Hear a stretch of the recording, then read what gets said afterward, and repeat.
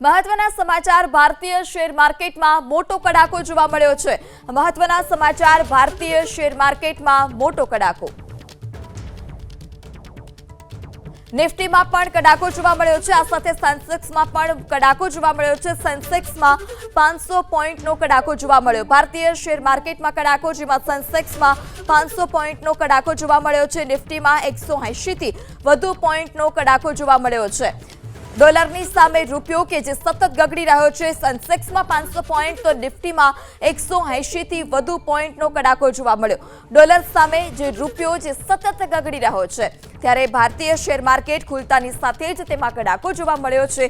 Dollar સામે રૂપિયો ગગડી રહ્યો છે, રૂપિયો ગગડીને 95 પર પહોંચ્યો છે। આ સાથે જ ક્રૂડના ભાવ વધીને $123 થયા છે। ભારતીય શેર માર્કેટ કે જે ખુલતાની સાથે જ મોટો કડાકો જોવા મળ્યો। સેન્સેક્સમાં 500 પોઈન્ટ તો નિફ્ટીમાં 180 પોઈન્ટનો કડાકો। ડોલરની સામે રૂપિયો સતત નીચલા સ્તરે।